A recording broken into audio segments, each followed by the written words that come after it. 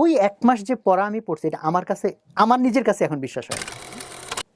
এর বাইরে টয়লেটে যাওয়া আর খাওয়া দাওয়া করা, এর বাইরে ইচ অ্যান্ড এভরি মিনিট আমি গিয়ে স্যারের বাসা থেকে ফিরতেছি, রাস্তার মধ্যে দেখা হয়েছে, এই সোহাগ কি অবস্থা, এই সেই, দেখলাম আমি 7 মিনিট নষ্ট হয়েছে, আমি ঘুম থেকে 7 মিনিট যখন ওই সিঙ্গেল রুম পাইলাম তখন এখানে আমাদের এখানে ট্র্যাডিশন হয়েছে লাস্টের দিকে গিয়ে আমরা সবাই রুমের ভিতরে বসে তালা মেরে রাখতাম বাইরে দিয়ে, মানে জানালাটা খুলে বাইরে থেকে তালা মারা যেত।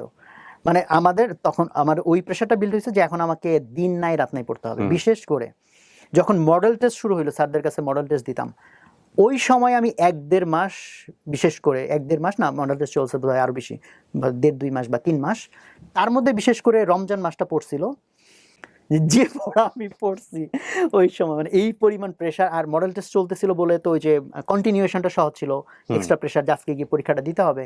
আমার মনে আছে 6 ঘন্টা এভরি মিনিট।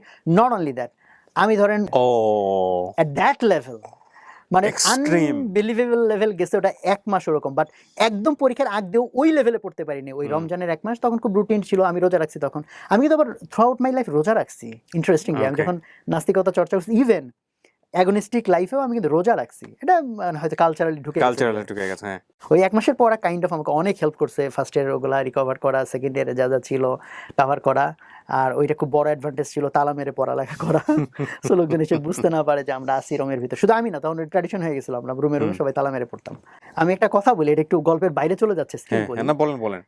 যে মিডিয়া খুব ভয়ঙ্কর জিনিস এই অর্থে যে আপনি ধরেন আমার টোটাল লাইফকে ভিডিও রেকর্ড করছেন, total life, each and every second আপনি ভিডিও ক্যামেরা লাগিয়ে রাখছেন, সবচেয়ে রগরগা রমরমা যেগুলো সেগুলো পড়তে দিয়ে। তো এখন হচ্ছে আপনি ওইখান থেকে কিছু কিছু সিন কাটছেন, কেটে আমাকে দিয়ে ভেরিফাইও করছেন যে ভাই এটা তো আপনারই। আচ্ছা হ্যাঁ ভাই আমারই, বাট ওই পুরো ডকুমেন্টারিটাই মিথ্যা হইতে পারে। কারণ আমি ইন জেনারেল, কথার কথা, কোন একটা মানুষ ইন জেনারেল খুব ভদ্র, বাট লাইফে তার অবশ্যই 5টা ঘটনা আছে যেখানে সে অভদ্র আচরণ করছে। হয়তো সে সৎ লাইফে অবশ্যই 2টা ঘটনা আছে যেখানে সে অসত্যতা করছে, মিথ্যা বলছে। আপনি শুধু ওগুলো যদি কেটে প্রেজেন্ট করেন, তার মধ্যে এই লোকের চেয়ে খারাপ লোক নাই। আবার সেম ভিডিও থেকে ফুটেজ নিয়ে প্রমাণ করা যাবে এই লোকের চেয়ে ভালো লোক নাই, যে কারণে মিডিয়া অলওয়েজ আমাদেরকে এইভাবে বায়াস করে।